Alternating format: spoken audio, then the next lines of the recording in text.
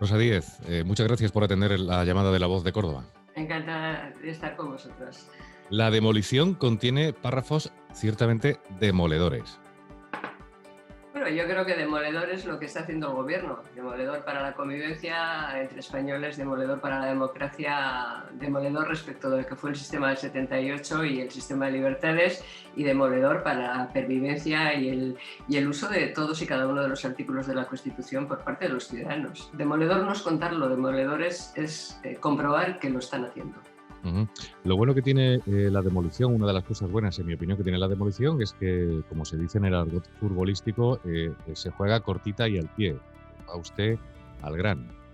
Sí, yo creo que no hay que adornar las verdades, ¿no? Hay que ser honesta con los ciudadanos a los que va dirigido este libro, y yo he pretendido, ese es mi objetivo, ordenar los hechos que están ocurriendo, poner negro sobre blanco los principales ataques a la democracia y los hechos que a mi juicio son las mayores traiciones de esta generación de socialistas que ha decidido liquidar el sistema del 78.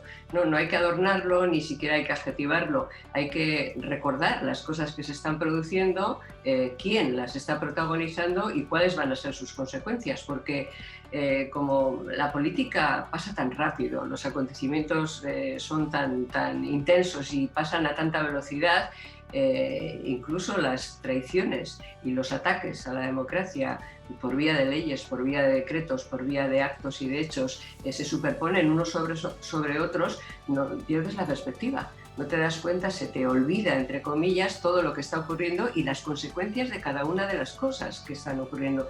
Y por eso, pues mi esfuerzo, mi intento es ponerlo, como digo, negro sobre blanco, ordenarlo, y que los árboles no nos impidan ver el bosque, sino que lo veamos con nitidez. ¿Para qué? ¿Para ajustar cuentas? No, para pararlos y para que no ejecuten definitivamente esa traición a la democracia. En ese orden de los acontecimientos o de los hechos sitúa usted convenientemente el comienzo de todo en la figura del siniestro Rodríguez Zapatero, que sin embargo se le recuerda por el presidente del talante. Ya, es que eso fue el inicio de esa época en la que España, la publicidad sustituyó a la información y la demoscopia sustituyó a la democracia, ¿no? Zapatero fue el primer líder del Partido Socialista primero y presidente del gobierno después, que vivía de una imagen que se proyectaba de él, que se proyectaba no solamente desde el Partido Socialista, sino desde todos los medios de comunicación más cercanos al Partido Socialista. Entonces, claro, es como infantil y como absurdo. Alguien que presuma de talante. Dice, oiga, que usted es el presidente del gobierno de España. De talante, ¿qué es talante? ¿Qué significa? Es lo vacuo, es el absoluto vacío de un proyecto y de una idea de país y de una propuesta, en fin, ideológica, política, es el talante. Y otra cosa que había, Rafael, no sé si tú te acuerdas, pero sobre eso se escribía muchísimo respecto de Zapatero, que es lo que complementa lo del talante, era que tenía baraca. ¿Tú te acuerdas que se decía que tenía suerte? Tenía baraca. Y entonces presumía de que tenía suerte. De Franco también se decía. Ya, pero fíjate tú, tengo baraca. Y bueno, a lo mejor la baraca era que fue un presidente accidental, que fue presidente antes de tiempo por la desgracia de los atentados de Atocha. O sea, baraca. Entonces tú lo de la baraca era una cosa tremenda, porque lo comentabas incluso con dirigentes serios del Partido Socialista y les decías, oye, pero que es que mira lo que está haciendo, que es que romper todos los pactos de Estado es que va a llegar a la ruina del país y también al Partido Socialista. Yo me recuerdo a mí misma explicando eso a gente razonable y me decían, no, Rosa, no va a pasar nada porque este tiene baraca. Es que es una cosa alucinante, ¿no? Entonces todo empezó con Zapatero, efectivamente. Zapatero empezó por provocar dentro del Partido Socialista una enorme sectarización de sus bases, que eligieron como enemigo a la derecha y no a ETA, que eran los enemigos jurados de la democracia, los que llevaban años asesinando para destruir la democracia. Las bases del Partido Socialista adoctrinadas por Zapatero para conseguir dividir a la derecha institucional española, provocar una escisión y tener mayoría en el gobierno por los siglos de los siglos, que es como él lo argumentaba internamente. Eso consiguió ese sectarismo, esa ruptura entre españoles, hasta el extremo que, por poner un ejemplo que permita a quienes nos estén escuchando comprender que lo que digo se puede probar. En fin, busquemos en la hemeroteca algunos dirigentes o algunos cargos públicos del Partido Socialista, cuál era mi caso en aquel momento, cuando pedíamos que no se rompieran los pactos de Estado con el Partido Popular, nos llamaban fachas, nos llamaban desde el propio Partido Socialista fachas. Si había algún dirigente del Partido Socialista que pedía acuerdos con Batasuna, que está en la lista de organizaciones terroristas europea, de organizaciones terroristas, le decían que será un dirigente con visión de futuro.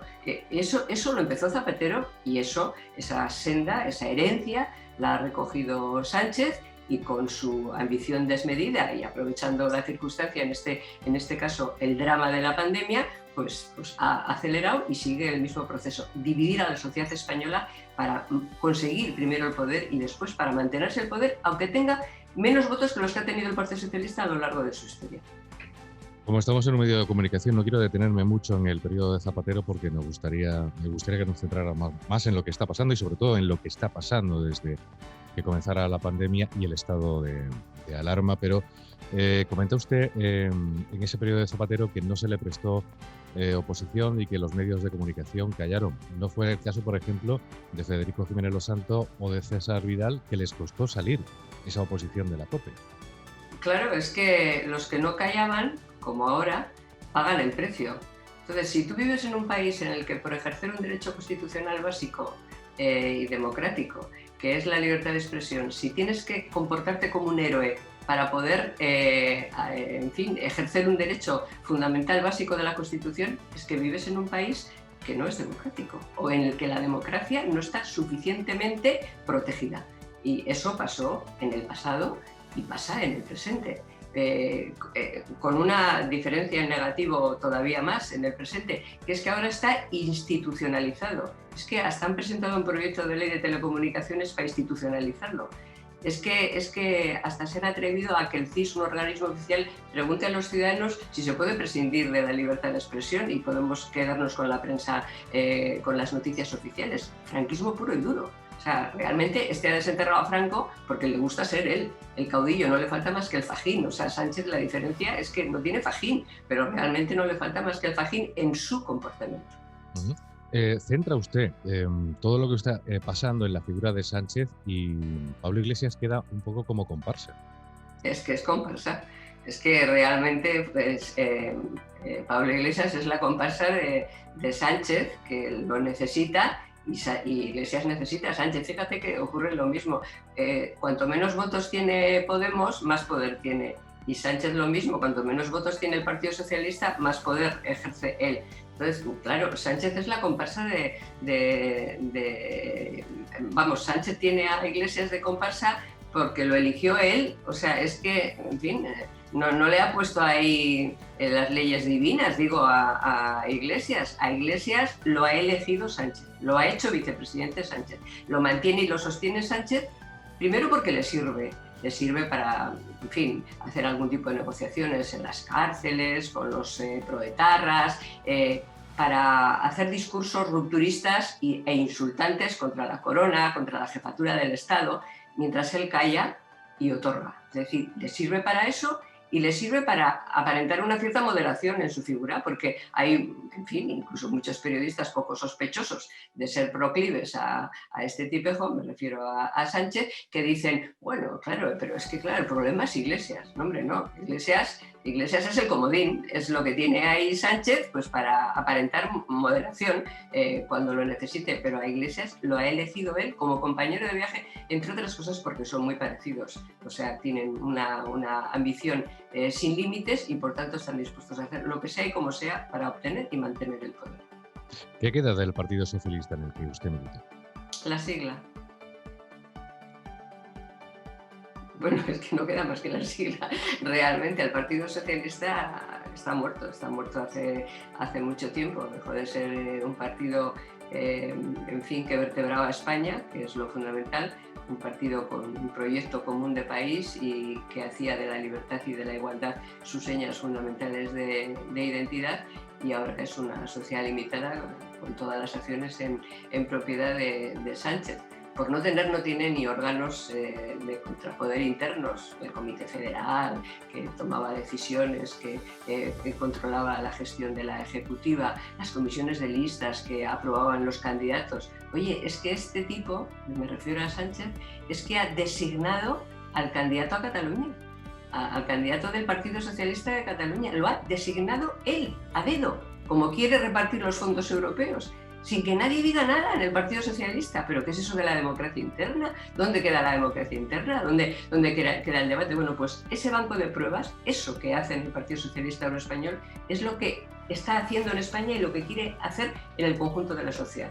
Que desaparezcan los controles democráticos, que el Parlamento no pinte nada, que no pueda ejercer su tarea de control del Ejecutivo, que la justicia desaparezca también, que no haya un contrapoder, que sea la justicia, separación de poderes, y que la jefatura del Estado pues, sea subsumida y desaparecida, primero desacreditada y después desaparecida. ¿Por qué? Porque eso es lo que le permitirá a él comportarse en España como se comporta en el PSOE, como un caudillo.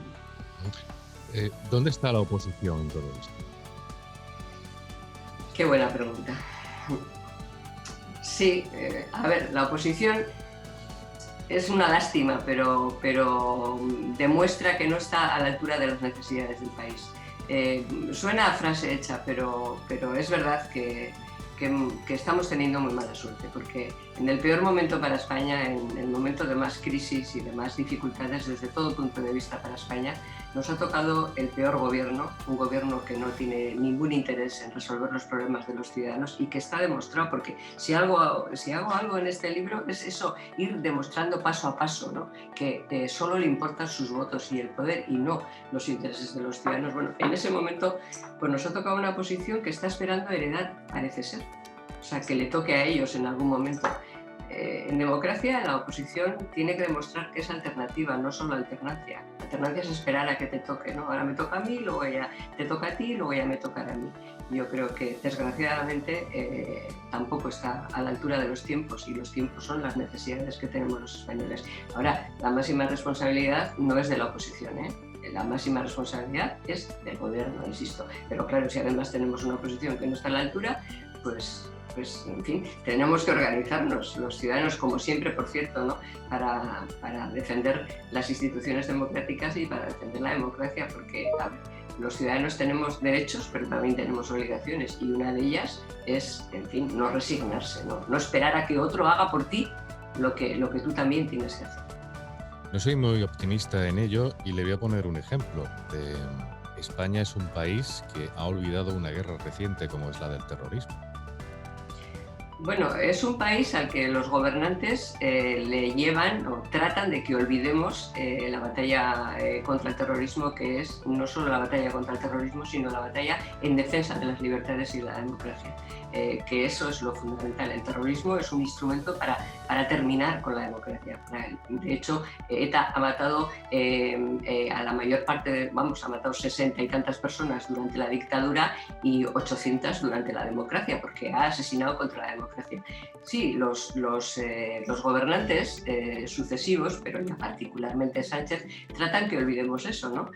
Nos quieren hacer creer que, bueno, como que ETA no existió, como que fue un accidente, como que ya ha desaparecido. Pero es normal, Rafael, porque si Sánchez ha convertido en hombres de Estado a los proetarras, tiene que limpiar la imagen de ETA, la historia de ETA, porque si no, él sería lo mismo que ellos. De hecho, si tú abrazas a un terrorista, te conviertes en su cómplice, aunque no seas un cómplice ejecutivo en términos mortales, te conviertes en su cómplice porque estás limpiando su historia. España no ha tenido un Nuremberg como tuvo Alemania, en el que no solamente se condenaron a los criminales, sino que se condenó la historia del nazismo. España no ha tenido un Nuremberg y tenemos un gobierno que quiere limpiar esa historia, que pretende limpiarla, que lo hace todos los días, que llama progresistas a los terroristas. Es que, bueno, dedico un artículo del libro precisamente a eso, a la perversión del lenguaje. Es que la vicepresidenta del gobierno explica que pactan con Bildu porque son de izquierdas y que pactan con los golpistas porque son progresistas. Entonces es que tratan de limpiar esa imagen porque esa imagen les ensucia a ellos. que se han abrazado a ellos. Es que tenemos un ministro del Interior que está acercando presos sin que los presos cumplan los requisitos para el acercamiento. ¿Por qué? Porque se ha convertido el ministro Marlaska en una especie de limpiador de escenas del crimen. O sea, además de limpiar su historia, limpian a los criminales. Bueno, eso los españoles no podemos olvidarlo. No solamente porque les debemos mucho a nuestros escudos, a la gente que perdió la vida por defender nuestras libertades, a quienes nos escoltaron físicamente, a algunas personas, a centenares de personas, pero al escoltarnos a nosotros estaban escoltando a la propia democracia. No solamente les debemos eso, sino que, en fin, es que se lo debemos a nuestros hijos también, y eso no lo podemos olvidar. Y quien trata de que lo olvidemos se convierte en un personaje deleznable. Y este gobierno trata de que lo olvidemos porque son sus socios, que como a Iglesias los ha elegido porque se encuentra a gusto con ellos. Esa perversión del lenguaje, esa utilización del lenguaje, que además entiendo que está oportunamente señalada en el libro, y hay que recordarlo efectivamente que es así, comenzó también en esa operación de maquillaje con Rodríguez Zapatero, y posiblemente parte de la anestesia que tiene la sociedad española se deba precisamente a eso, a esa manipulación del lenguaje. Claro, porque es sabido que si tú perviertes el lenguaje terminas pervirtiendo la propia democracia y las propias instituciones, ¿no? Entonces, si tienes una voluntad de que las cosas parezcan lo que no son, o sea, a través de llamarlas de otra manera, y tienes a la vez a la inmensa mayoría de los medios de comunicación a tu servicio, prensa pública y prensa concertada, pues vas colocando, la gente sabe lo que se entera de lo que sale por la tele. Hay otras muchas formas de enterarte de las cosas si uno busca, pero bueno, hay los grandes medios de comunicación transversales, audiovisuales fundamentalmente, te van colocando permanentemente, y entonces ya resulta que es progresista ser de Bildu, es progresista ser golpista, es progresista pactar con ellos, es progresista montar una mesa de partidos o una mesa entre el gobierno de la nación y el gobierno de la Generalitat para robarnos los derechos a todos los españoles a participar en los asuntos que nos afectan a todos. Es progresista hacer una ley de educación para adoctrinar a los niños. Es progresista, por ejemplo, pues excluir a la lengua común de la escuela, que lleva a la ruina y a la pérdida de oportunidades a la inmensa mayoría de los ciudadanos, que son los que más necesitan de la protección del Estado, porque los que tienen dinero van a la privada, estudian en la escuela privada y desde luego estudian en español, que no español, sino en español, en inglés, en alemán, en francés y en lo que sea. Pero quienes necesitan la lengua más competitiva que existe en el mundo, que es el español, de las que tenemos en España, que es el español, pues no estudian en español, luego pierden competitividad, y resulta que eso es progresista. Esa perversión del lenguaje, en fin, suficientemente acompañada por un momento en España en el que, decía antes, dramáticamente era el peor momento de nuestra historia, y resulta que la política la dirige un publicista. Es terrible, ¿no? O sea, la política dirigida por un publicista. Pero claro, pues todo eso va calando. Por eso tomé la decisión de escribir este libro, porque me parece que tenemos la obligación de explicar a la gente lo que está pasando y a dónde nos lleva esto que está ocurriendo. Sí, y que no pasa de casualidad, vamos, que no se haya caído un rayo, no. La pandemia le ha venido a ver a Sánchez. Efectivamente. De la misma manera que los atentados de Atocha le vinieron a ver a Zapatero, a Sánchez le ha venido a ver la pandemia, porque todo esto que está haciendo en una situación de normalidad, con los ciudadanos en la calle, sin miedo, con trabajo, sin miedo a la enfermedad, sin 90.000 muertos, no hubiera podido hacerlo. Lo hubiera intentado, pero no hubiera podido hacerlo. La sociedad lo hubiera frenado. Ahora, pues en la situación en la que estamos, pues él aprovecha todo esto para acelerar, no solamente para acelerar convirtiendo en decretos lo que en otro momento hubieran tenido que ser leyes y por tanto tener un debate y ser un debate público, sino para hacer cosas que nunca se hubiera atrevido a hacer, sabiendo que no podemos salir por millones a la calle a tomarles de la solapa y a obligarles a comportarse. Y lo aprovecha naturalmente porque es un hombre que no tiene ni prejuicios ni escrúpulos. Aprovecha el dolor de la gente, el mal de la gente para conseguir su objetivo. Es que, hemos vivido estos días un episodio tremendamente descriptivo, ¿no? Hablaba antes de cómo, elige al candidato de los socialistas para Cataluña. pero fíjate tú que no hay un gobernante en nuestro entorno, no hay un gobierno en nuestro entorno que se hubiera atrevido en este momento de pandemia, en los peores momentos de la pandemia desde hace un año, sacar al ministro de Sanidad y nombrarle candidato. Porque si lo estaba haciendo bien y lo hubiera nombrado candidato, hubiera sido una desvergüenza por haber desprovisto al gobierno de alguien que lo está haciendo bien. Pero estando haciéndolo tan mal, que ha convertido a España en el país con más muertos y con más infectados por 100.000 habitantes de Europa, lo nombra candidato de su partido y además dicen que incorpora valor añadido. El efecto Illa, y va Illa y se despide diciéndole a la ministra que le va a sustituir, a su compañera de gabinete, que se va a divertir mucho, que se lo va a pasar muy bien. Y bueno, pero ¿qué tiene que ocurrir para que despertemos? Para que despertemos y nos demos cuenta que estamos gobernados por unos golfos, o sea, por una gente que no tiene ningún aprecio por la vida de sus conciudadanos. Precisamente el día de la presentación del libro, usted entiende que para despertar lo que hará falta será que nos muramos de hambre, ¿no?